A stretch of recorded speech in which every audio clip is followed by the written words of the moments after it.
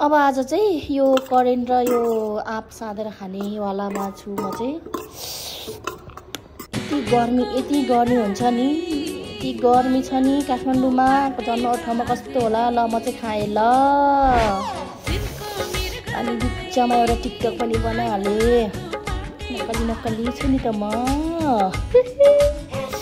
यति मिठो भएको छ कि मिठो भएको छ है गाइस। अब मिठो छ हेर्नु र। आहा साँधेको आँप।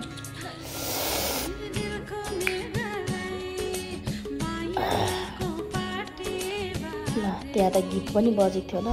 अब म चाहिँ यति खाएर चाहिँ बारीतिर लागेँ।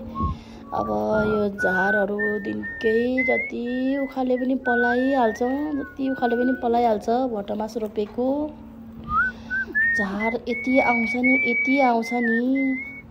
म तर छोड्नेवालामा छैन, उखालेकै गर्छु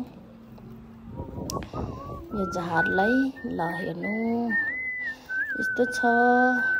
अनि साँधेको आँप र करेन्ट चाउचाउ निकाल्नु पर्यो नि त। एकछिन बारीमा गएर पसिना निकालेर। फेरि यो झार चाहिँ कति आएको उखालेकै गर्दा पनि पलाकै गर्छ भनेको।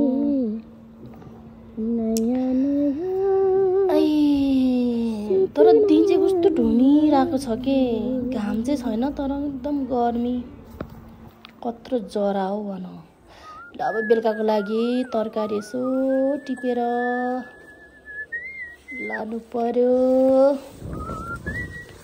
साग चाहिँ टन्नै छ तर झारभित्र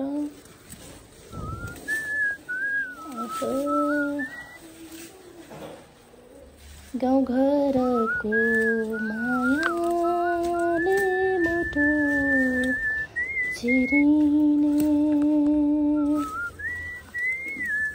थाग्रा छैन।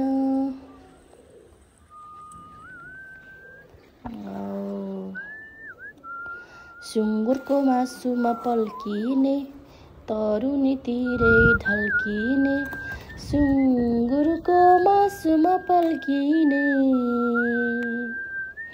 तरुनीतिरै फल्किने।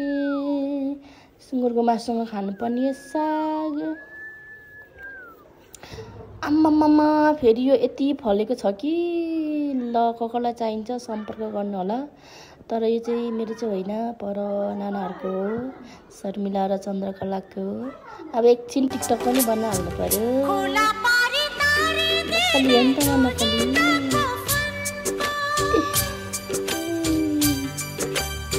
काम गर्नु भ्याउँछु म, टिकटक बनाउनु पनि भ्याउँछु। छोराछोरी स्कुल पढाउनु ल्याउनु भइरह हुन्छु म।